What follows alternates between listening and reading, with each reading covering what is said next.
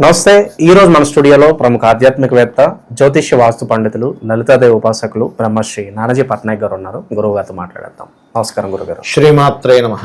గురుగారు, నక్షత్రాల సిరీస్లో భాగంగా ఈరోజు మనం పునర్వసు నక్షత్రం గురించి మాట్లాడుకుందాం. ఈ నక్షత్రం యొక్క ప్రత్యేకతలు ఏంటి, వీళ్ళు జీవితాంతం తీసుకోవాల్సిన జాగ్రత్తలు ఏంటి, పరిహారాలు కావచ్చు, ఓవరాల్గా నక్షత్రం గురించి మాకు తెలియజేయండి గురుగారు. తప్పకుండా అండి. ఈ నక్షత్రాల గురించి చెప్తుంది నేనైనప్పటికీ కూడా చెప్పేసిన సాక్షాత్ లలిత అమ్మవారిగా భావిస్తూ, పునర్వసు నక్షత్రానికి అధిపతి గురువు, జూపిటర్ అంటారు ఇంగ్లీష్లో. దీని యొక్క అధిదేవత ఎవరు అంటే కశ్యప ప్రజాపతి యొక్క భార్య దితి, అదితి అని ఉంటారు.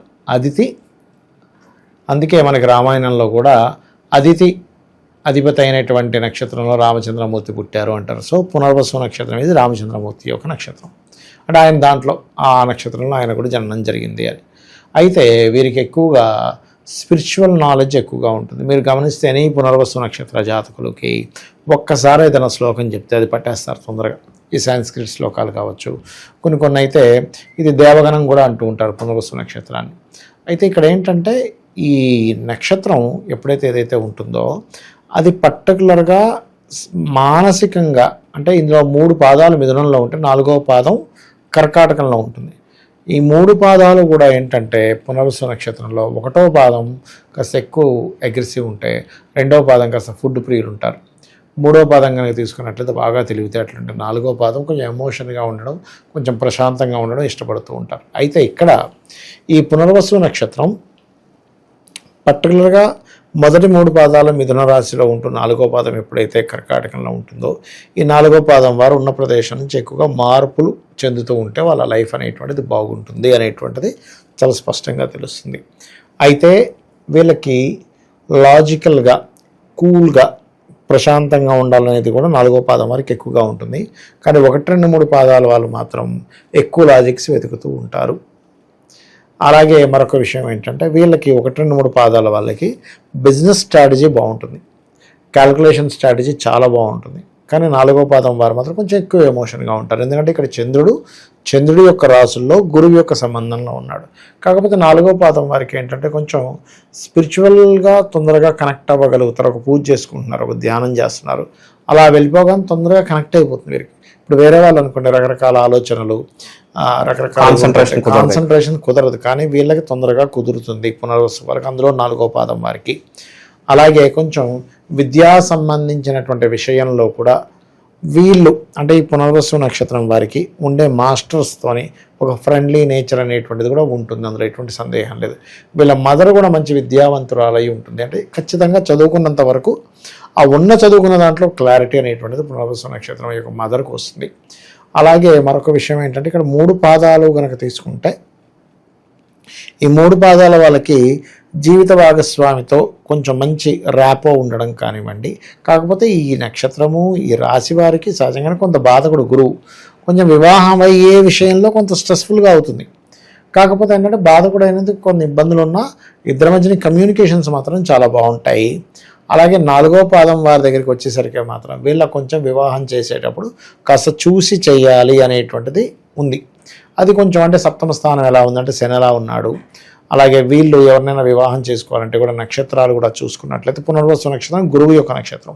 సో ఇక్కడ ఎప్పుడూ కూడా జన్మ నక్షత్రాలు బాగా మ్యాచ్ అయితే బాగుంటుంది. కాబట్టి వీళ్ళు ఎక్కువగా గురు నక్షత్రాలు అయినటువంటి పునర్వసు, విశాఖ, పూర్వభాద్ర నక్షత్రాలు, కేతు నక్షత్రాలు అయినటువంటి అశ్విని, మఖ, మూలా నక్షత్రాలు, మరియు అదేవిధంగా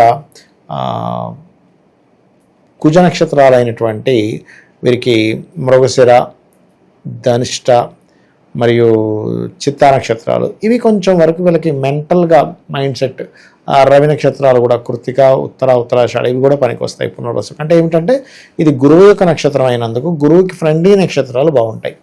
వీరికి రాహు నక్షత్రాలు కొంత ఇబ్బందిని ఇస్తుంది. అంటే ఏంటి, ఆరుద్ర మరియు, అంటే ఏమీ లేదు ఇబ్బంది, అంటే వీళ్ళ వాళ్ళ మైండ్ సెట్ సెట్ కాదనమాట. శతభిష నక్షత్రం ఉంది, స్వాతి నక్షత్రం ఉంది, ఆరుద్ర నక్షత్రం సెట్ కావు తొందరగా అట్లా, అంతేగాని మరొకటి ఇంకోటి కాదు.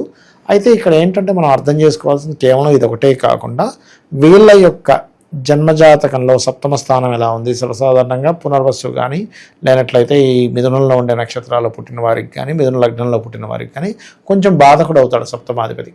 కాకపోతే వీళ్ళకి వచ్చేటువంటి జీవిత భాగస్వామి మాత్రం కొంచెం చదువుకున్న అమ్మాయి రావడం, చదువుకున్న అబ్బాయి రావడం, కొంచెం నాలెడ్జబుల్ పర్సన్సే వస్తారు, అందులో ఎటువంటి సందేహం లేదు. కాకపోతే కొంత స్ట్రైన్ మాత్రం ఉంటూ ఉంటుంది. అయితే ఇట్స్ డిపెండ్ ఆన్ ఈ లగ్నంలో ఎవరైనా పుట్టారు, మిథునంలో తెలివైన వాళ్ళు ఉంటారు. కానీ అదే కొంచెం కర్కాటకంలోకి వెళ్ళింది, కొంచెం ఎమోషన్గా ఉంటారు.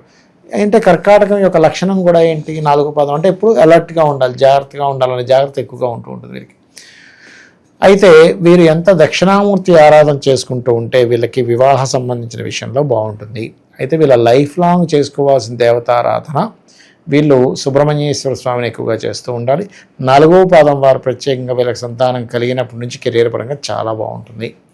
అలాగే 1, 2, 3 పాదాల వాళ్ళు మాత్రం వీళ్ళకి వివాహం తర్వాత నుంచి కెరీర్ అనేది అద్భుతంగా ఉంటుంది. సో ఇక్కడేమో 1, 2, 3 పాదాల వాళ్ళకేమో వివాహము, 4వ పాదం వారికేమో సంతానము అనేటువంటిది మనం అర్థం చేసుకోవాలి. అలాగే 4వ పాదం వారికి గనక ఎర్లీగా వీళ్ళు గనక గృహము కానీ వాహనం కానీ వీళ్ళు కనుక తీసుకోగలిగితే వీళ్ళ కర్మ కూడా కొంతవరకు వీళ్ళకి మంచి చేస్తుందని చెప్పుకోవచ్చు. అయితే వీళ్ళు గృహం కానీ వాహనం కానీ తీసుకునేటప్పుడు ఈ 4వ పాదం వారు వీనస్ ఎలా ఉన్నాడో చూసుకోవాలి. వీనస్ యొక్క తత్వాన్ని బట్టి వీనస్ అంత శుభగ్రహాలతో ఉన్నాడు, ఏదైనా పాపగ్రహాలతో ఉన్నాడా, పాపగ్రహాలతో ఉన్నప్పుడు వీళ్ళు ఏదైనా గృహం తీసుకున్న వాహనం తీసుకున్నప్పుడు ఇబ్బంది అవుతుంది. శుభగ్రహాలతో ఉంటే వాళ్ళకి అక్కడి నుంచే గ్రోత్ అనేటువంటిది కూడా పెరుగుతుంది అనేటువంటిది మనం చెప్పుకోవచ్చు. అలాగే మరొక విషయం ఏంటంటే వీళ్ళ యొక్క తల్లిగారికి, అందులో ముఖ్యంగా 4వ పాదం వారికి ఖచ్చితంగా చిన్నపాటి సర్జరీ అయితే తీరుతుంది. సంతానం పుట్టినప్పుడు కావచ్చు, ఇంకేదైనా కావచ్చు, అటువంటివి ఉంటాయి. అలాగే వీళ్ళకి పునర్వసు ముఖ్యంగా 4వ పాదం వారికి వీళ్ళు ఏదైనా medical, government related, government contracts, ఆరోగ్యానికి సంబంధించిన ఇట్లాంటి వాటిల్లో ధనయోగాలు కాస్త ఎక్కువగా ఉంటాయి. అలాగే మరొక విషయం ఏంటంటే ఇక్కడ శని సప్తమాధిపతి, అష్టమాధిపతి అయినందుకు 4వ పాదం వారికి కొంచెం లేట్ మ్యారేజ్ యోగాలు ఉన్నాయి. కొంచెం ఏంటంటే వీళ్ళకి మీరు ఎనీ పునర్వసు 4వ పాదం చూసుకోండి, వైస్ వర్స్ అంటే ఎలా అంటే ఇప్పుడు వీళ్ళు రాజులాగా ఉంటే ఆ జీవిత భాగస్వామి అన్ని పనిచేసేలా పెట్టిన ఉంటాడు, లేదా జీవిత భాగస్వామి ఒక రాణిలా ఉంటే ఇతను అన్ని చూసుకుంటూ ఉంటాడు. అది ఖచ్చితంగా ఈ కర్కాటక లగ్నం కానీ సింహలగ్నం వారికి ఇది వర్తిస్తుంది చెప్పాలంటే. బట్ అది ఎంతవరకు వర్తిస్తుంది అనేది వీళ్ళ పర్సనల్ చార్ట్లో ఉండేటువంటి సప్తమాధిపతి, పురుషుడి జాతకంలో అయితే సప్తమాధిపతి శుక్రుడిని తీసుకోవాలి, స్త్రీ జాతకంలో అయితే సప్తమాధిపతి కుజుడి యొక్క బలాలు చూసుకోవాలి. అప్పుడు ఆటోమేటిక్గా మీరు ఏదో కొన్ని పనులు చేసి పెడతారా, లేదా అన్ని పనులు చేసి పెడతారు. కొంతమంది నేను చూసి ఎలా అంటే పునర్వసు 4వ పాదం వారు అతను ఆఫీస్కి వెళ్ళే ముందు చక్కగా ఇంట్లో వంట వండేసి అన్నీ సర్దేసుకొని ఇతను తినేసి ఆవిడ కాఫీ ఇచ్చి లేపేసి నేను వెళ్తున్నాను, లేక పిల్లలు కూడా క్యారేజ్ పెట్టేసాను, పిల్లల్ని కూడా రెడీ చేశాను, నేను వెళ్తున్నాను, నువ్వు తలుపేసుకొని వెళ్ళిపోతాడు. నేను చూసేది ఇలాంటి జాతకాలు. అది ఎందుకంటే అంత అంటే లేదు సార్, నాకేమనిపించదు సార్, నేను బాగానే.